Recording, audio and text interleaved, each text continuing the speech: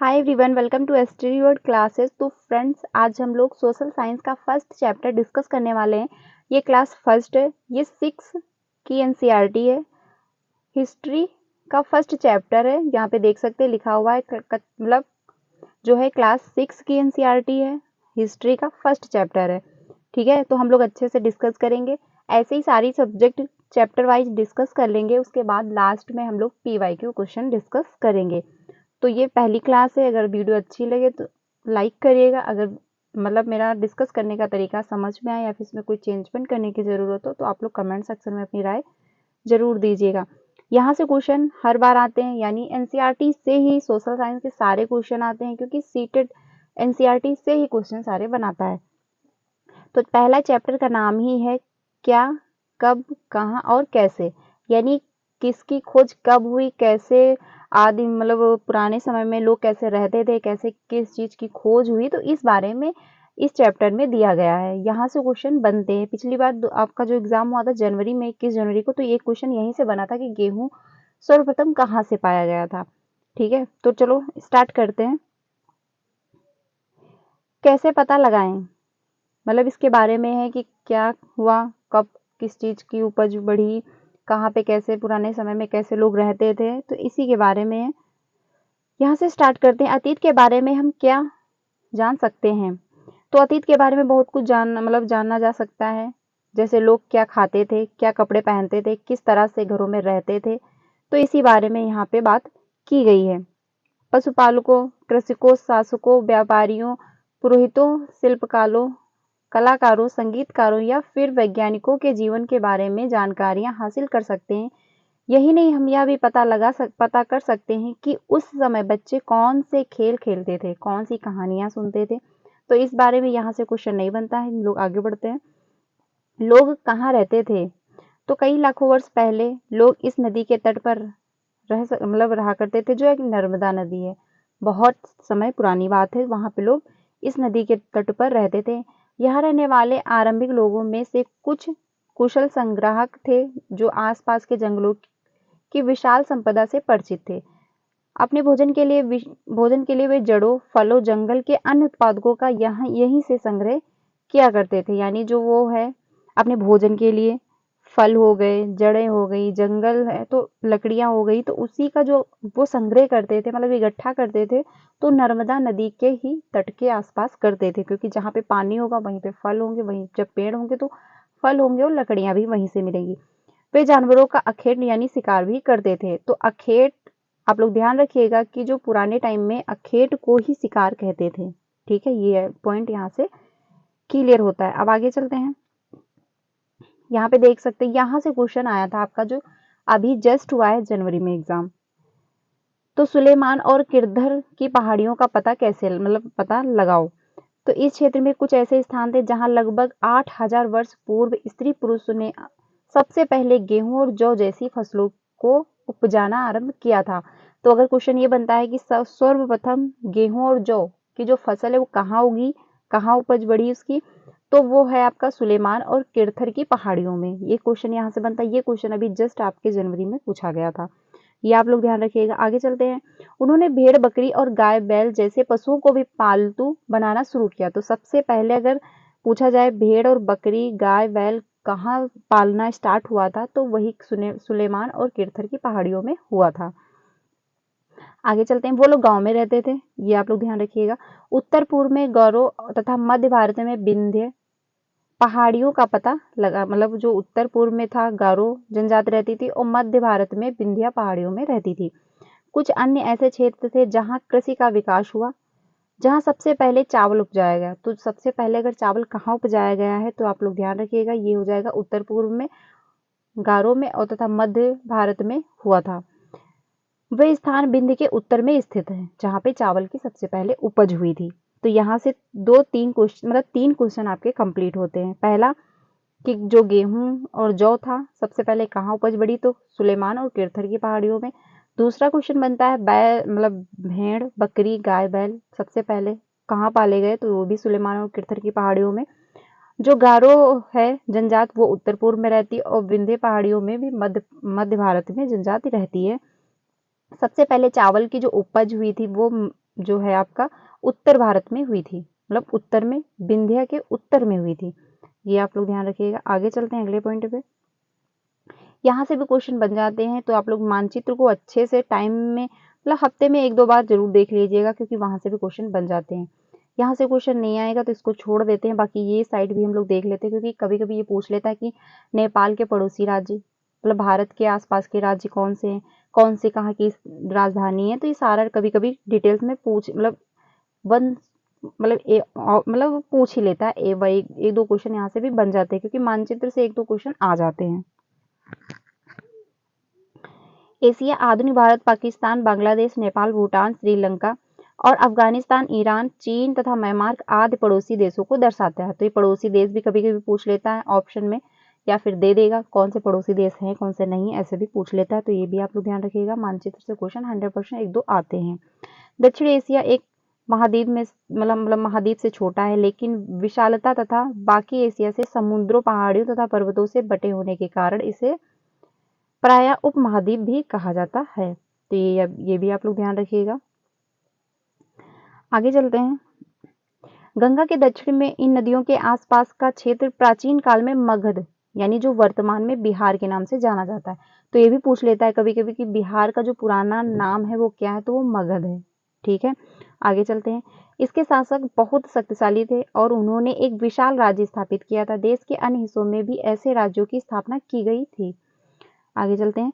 लोगों ने सदैव उपमहाद्वीप के एक हिस्से से दूसरे हिस्से तक यात्रा की। कभी कभी हिमालय जैसे ऊंचे पर्वतों, पहाड़ियों, रेगिस्तान, नदियों तथा समुद्रों के कारण यात्रा जोखिम भी होती थी। तो इसका मतलब यही है कि बहुत ज्यादा मुश्किल होती थी यात्रा करने में, लोग तब भी यात्रा करते थे, क्योंकि पहाड़, पर्वत, रेगिस्तान को पार करना होता था, नदियों को भी पार करना होता था, तो काफी दिक्कतें होती थी। पर वो सारी दिक्कतों का सामना करके भी वो यात्रा करते थे, क्योंकि यात्रा करेंगे तभी वो किसी न किसी चीज की खोज कर पाएंगे। फिर भी ये यात्रा उनके लिए असंभव नहीं थी। अतः कभी लोग काम की तलाश में, तो कभी प्राकृतिक आपदाओं के कारण एक स्थान से दूसरे स्थान जाया करते थे। कभी कभी सेनाएं दूसरे क्षेत्र पर विजय हासिल करने के लिए जाती थी। इसके अतिरिक्त व्यापारी कभी काफिले में, तो कभी जहाजों में अपने साथ मूल्यवान वस्तु लेकर के एक स्थान से दूसरे स्थान जाया करते थे। तो यहाँ से भी क्वेश्चन आ जाता है कि पुराने टाइम में लोग कैसे यात्राएं करते थे, तो ये यहाँ से क्वेश्चन बन सकता है ऐसे। आगे चलते हैं। कुछ लोग नए और रोचक स्थानों को खोजने की चाह में उत्सुकतावश भी यात्रा किया करते थे। तो यही है कि यात्राएं क्यों करते थे, किसी नई चीज की खोज करने के लिए।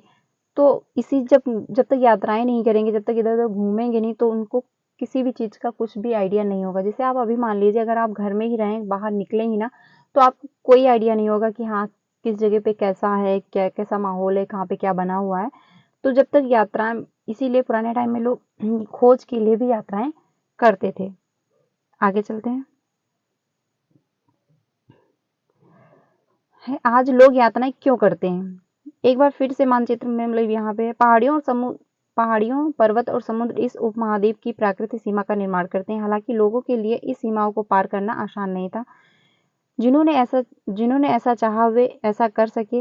वे पर्वतों की ऊंचाई को छू सके तथा गहरे समुद्र को पार कर सके। उपमहाद्वीप के बाहर से भी कुछ लोग यहाँ आए और यहीं बस गए। तो इसमें यहाँ से क्वेश्चन नहीं बनेगा। फिलहाल ऊपर के पॉइंट इंपॉर्टेंट है, वो मैंने आपको बता दी। अब चलते हैं यहाँ, जो इंडिया का नाम पड़ा वो कैसे पड़ा, यहाँ से क्वेश्चन भी बनता है, देख लेते हैं। देश के नाम पर, अपने देश के लिए हम प्रायः इंडिया तथा भारत जैसे नामों का प्रयोग करते हैं। यहाँ से क्वेश्चन बनेगा, ध्यान से देखिएगा। इंडिया शब्द इंडस से निकला है, जिसे संस्कृत में सिंधु कहा जाता है। यहाँ से क्वेश्चन बनता है, ये लाइन इंपॉर्टेंट है। आपने एटलस में ईरान और यूनान का पता लगाओ। लगभग 25 वर्ष पूर्व उत्तर पश्चिम की ओर से आने वाले ईरानियों और यूनानियों ने सिंधु को इंदोस अथवा हिंदोस तथा इंडोस और इस नदी के पूर्व में स्थित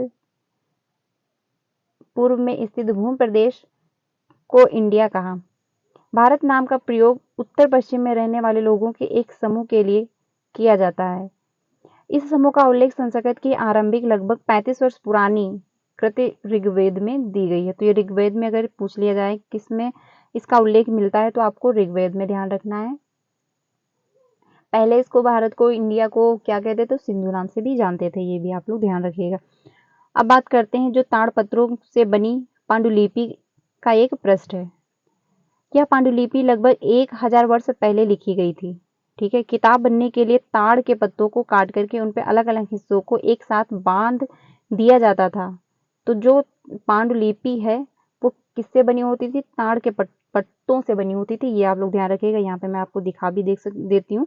ऐसी बनी होती है जो ये पांडुलिपि होती है। ठीक है, पत्तों की बनी होती है, उस पर लिखा जाता है। आगे देखते हैं। यहाँ से है, ये पुस्तक हाथ से लिखी होने के कारण इसे पांडुलिपि भी कही जाती है। तो यानी इसमें यही है, इसमें से एक तरीका अतीत में लिखी गई पुस्तकों को ढूंढना और पढ़ना है। पांडुलिपि में यह एक ऐसी पुस्तक है जिसे हाथ से लिखी गई, इसीलिए इसे पांडुलिपि कहा गया। अंग्रेजी में से पांडुलिपि के लिए प्रयुक्त होने वाला मैन्युस्क्रिप्ट शब्द लैटिन शब्द मेनू, जिसका अर्थ है हाथ से निकला। इसका मतलब यही है कि जो हाथ से लिखा गया ताड़ के पत्तों पे, उसी को पांडुलिपि कहते हैं। यहाँ से भी क्वेश्चन बनता है, तो ये आप लोग ध्यान रखिएगा। आगे चलते हैं। ये पांडुलिपियां प्रायः ताड़पत्रों अथवा हिमालय क्षेत्र में उगने वाले भुर्ज नाम के पेड़ की छाल से विशेष तरीके से तैयार भोजपत्र पर लिखी मिलती हैं। ठीक है, तो ये भी पॉइंट आप लोग ध्यान रखिएगा। यहाँ से एक क्वेश्चन बन जाएगा। आगे चलते हैं अगले पॉइंट पे।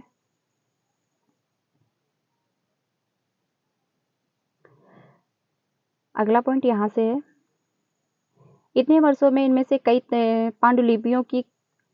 पांडुलिपियों को कीड़ों ने खा लिया था, कुछ नष्ट कर दी गई। फिर भी ऐसे कई पांडुलिपियां आज भी उपलब्ध हैं। प्रायः ऐसे पांडुलिपियां मंदिरों और विहारों से प्राप्त होती हैं। इन पुस्तकों में धार्मिक मान्यताओं व व्यवहारों, राजाओं के जीवन, औषधियों तथा विज्ञान आदि सभी प्रकार के विषयों की चर्चा मिलती है। क्योंकि पांडुलिपियों में ही लिखा जाता था कि पुराने टाइम में लोग के मतलब पहनावा क्या था, उनका कल्चर कैसा था, उनका रखरखाव कैसा था, उनका व्यवहार कैसा था, तो उनकी संस्कृति और मान्यताओं, वो किस में विश्वास करते थे, कौन से भगवान को ज़्यादा मानते थे, कौन सा त्यौहार मनाते थे, तो उनके बारे में सारा कुछ पांडुलिपि में लिखा हुआ है। पांडुलिपि ऋग्वेद में भी आपको देखने को मिलेगा। इनमें से कई संस्कृत में लिखी हुई मिलती हैं, जबकि अन्य प्राकृत में तमिल में भी हैं। तो तमिल अगर पूछ लिया जाए पांडुलिपि किस में लिखी है, तो संस्कृत में भी लिखी हुई मिलेगी आपको, लेकिन तमिल में भी मिलेगी। तो ये यहाँ से क्वेश्चन बन जाएगा अगर कि मतलब पांडुलिपि किस में लिखी गई है, तो तमिल भाषा में भी लिखी गई है। प्राकृत भाषा का प्रयोग आम लोग करते थे, पुराने टाइम की बात है। आगे चलते हैं। ऐसे लेख पत्थर अथवा धातु जैसे अपेक्षाकृत ठोस सतहों पर उत्कीर्ण किए गए मिलते हैं। कभी कभी शासक अथवा अन्य लोग अपने आदेशों को इस तरह उत्कीर्ण करवाते थे ताकि लोग उन्हें देख सकें, पढ़ सके तथा उनका पालन कर सके। कुछ अन्य प्रकार के अभिलेख भी मिलते हैं जिसमें राजाओं तथा रानियों सहित अन्य स्त्री पुरुष ने भी अपने कार्यों के विवरण उत्कीर्ण करवाए हैं, जैसे कि ये है। बहुत टाइम पहले ऐसा भी होता था कि लोग दीवालों पर लिखवा देते थे, पढ़ने में नहीं आएगा, बट पुराने टाइम में दीवालों पे लिखवा देते थे, तो वो हमेशा के लिए फिक्स हो जाता था, क्योंकि दीवार पे लिखा हुआ मिटेगा तो है नहीं इतनी जल्दी। तो ऐसे ही काफी मतलब कुछ ऐसे राजा भी होते थे जिनका अपना अगर कुछ आदेश जारी किया है, कुछ नियम लागू किए हैं, तो वो दीवालों पर भी लिखवा दिया करते थे। आगे चलते हैं। लगभग 2200 मतलब वही 2200 के अराउंड है वर्ष पुराना यह अभिलेख वर्तमान अफगानिस्तान के कंधार से प्राप्त हुआ है। यह अभिलेख अशोक नामक शासक के आदेश पर उत्कीर्ण करवाया गया था। इस शासक के विषय में तुम अध्याय 8 में पढ़ोगे, यानी इसमें जो है ये अध्याय 8 में देखने को आपको मिलेगा। यहाँ से क्वेश्चन नहीं आता है, आगे बढ़ते हैं, यहाँ से देख लेते हैं। यहाँ पे कहा गया अतीत में बनी और प्रयोग में लाई जाती थी ऐसी वस्तुओं का अध्ययन करने वाला व्यक्ति पुरातत्वविद कहलाता था। तो पुरातत्वविद किसे कहते हैं? जो पुरानी चीजों का खोज किया, जिसने भी मतलब कैसा क्या माहौल था, तो उसी को कहते हैं पुरातत्वविद। पुरातत्वविद पत्थर और ईंट से बनी इमारतों के अवशेषों, चित्रों तथा मूर्तियों का अध्ययन करते थे। यानी जो इमारतों का, अवशेषों का, चित्रों का, मूर्तियों का अध्ययन करते थे, उसे कहेंगे पुरातत्वविद। ठीक है, किसे कहेंगे ये आप लोग ध्यान रखिएगा। वे औजारों, हथियारों, बर्तनों तथा आभूषणों जैसे कि ये यहाँ पे देख सकते हैं, ये बने हुए हैं, इनकी खोज करते थे, तो उसी को कहेंगे पुरातत्वविद। आगे चलते हैं। का सिक्कों की प्राप्ति के लिए छीन बीन तथा खुदाई भी करते थे। इसमें से कुछ वस्तुएं पत्थर, पक्की हुई मिट्टी तथा कुछ धातु की बनी हो सकती हैं। ऐसे तत्व कठोर तथा जल्दी नष्ट ना होने वाले होते हैं, काफी टाइम तक सुरक्षित रहते हैं। पुरातत्वविद जानवरों, चिड़ियों तथा मछलियों की हड्डियां भी ढूंढते थे। इनमें से उन्हें यह जानने में भी मदद मिलती थी कि अतीत में लोग क्या खाते थे। वनस्पतियों के अवशेष बहुत मुश्किल से बच पाते हैं। यदि अन्न के दान अथवा लकड़ी के टुकड़े जल जाते हैं तो वे जले हुए के रूप में बचे रहते हैं। मतलब वही पुराने टाइम की उन्होंने खोज की, कैसे कैसी मूर्तियां थी, कैसे आभूषण थे, कैसे चित्र बनते थे, तो उसी को कहते हैं पुरातत्वविद। आगे बढ़ते हैं। अगला ये है, पांडुलिपियों, अभिलेखों तथा पुरातत्व से ज्ञात जानकारियों के लिए इतिहासकार प्रायः स्रोत शब्द का प्रयोग करते थे। इतिहासकार उन्हें कहते हैं जो अतीत का अध्ययन करते हैं। स्रोत के प्राप्त होते ही अतीत के बारे में पढ़ना बहुत रोचक हो जाता है, क्योंकि इन स्रोतों की सहायता से हम धीरे धीरे अतीत का पुनर्निर्माण करते जाते हैं। अतः इतिहासकार अथवा पुरातत्वविद उन जासूसों की तरह हैं जो इन सभी स्रोतों का प्रयोग सुराग के रूप में अतीत को जानने का प्रयास करते हैं। तो ये भी आप लोग लाइन याद रखिएगा। कभी कभी क्योंकि अब तो दर्शन और रीजन में पूछ लिया जाता है, तो सीधे यहाँ से एनसीईआरटी से लाइन उठा के ही दे देते हैं। तो अब आपको एनसीईआरटी तो सारी पढ़नी ही पड़ेगी, क्योंकि कहीं से भी वो दर्शन और रीजन में दे सकते हैं क्वेश्चन। अब आगे चलते हैं हम लोग। आगे है कि अलग अलग समूह के लोग इस अतीत के अलग अलग मायने थे। उदाहरण के लिए पशुपालकों अथवा कृषकों का जीवन राजाओं तथा रानियों के जीवन से तथा व्यापारियों के जीवन शिल्पकारों के जीवन से भिन्न था। तो सभी का चेंज होता है, क्योंकि वो राजा है, उनका पहनावा, रख रखाव सब कुछ चेंज होगा। जो नॉर्मल इंसान होगा उसका पहनावा, रख रखाव सब बदल जाएगा। ठीक है, तो ये बात हुई। वहाँ शिल्पकारों के जीवन से बहुत भिन्न था। जैसा कि हम आज भी देखते हैं कि उस समय भी देश के अलग अलग हिस्सों में लोग अलग अलग व्यवहारों और रीति रिवाजों का पालन करते थे। तो जैसा आज भी कल्चर चल रहा है, क्योंकि आप देखेंगे सभी जगह का जो है कल्चर चेंज है। कोई कुछ भी पहनता है, कोई कुछ पहनता है, सभी का अपना मान्यता अलग अलग है। कोई त्यौहार मनाता है, कोई दूसरे त्यौहार मनाता है, तो सभी में भेदभाव पाया जाता है। यह भी पहले भी ऐसा ही था। आगे चलते हैं। इसके अतिरिक्त एक अन्य तरह का भेद है। उस समय शासक अपनी विजयों का लेखा जोखा रखते थे। यही कारण है कि हम उन शासकों अथवा उनके द्वारा लड़ी जाने वाली लड़ाइयों के बारे में काफी कुछ जानते हैं, जबकि शिकारी, मछुआरे, संग्रहालय, कृषक अथवा पशुपालक जैसे आम आदमी प्रायः अपने कर्मों का लेखा जोखा नहीं रखते हैं। पुरातत्व की सहायता से हमें उन जीवन को जानने में मदद मिलती है। हालांकि अभी भी इसके बारे में बहुत कुछ जानना शेष है। तो हमें पुरातत्व के ही द्वारा पुराने टाइम में लोग कैसे रहते थे, वो किस में ज़्यादा मान्यता किस में वो ज़्यादा विश्वास करते थे, क्या वो करते थे, क्या खाते थे, कैसे रहते थे, तो इस बारे में हमको जानकारी सभी इसी में मिलती है। बाकी तिथि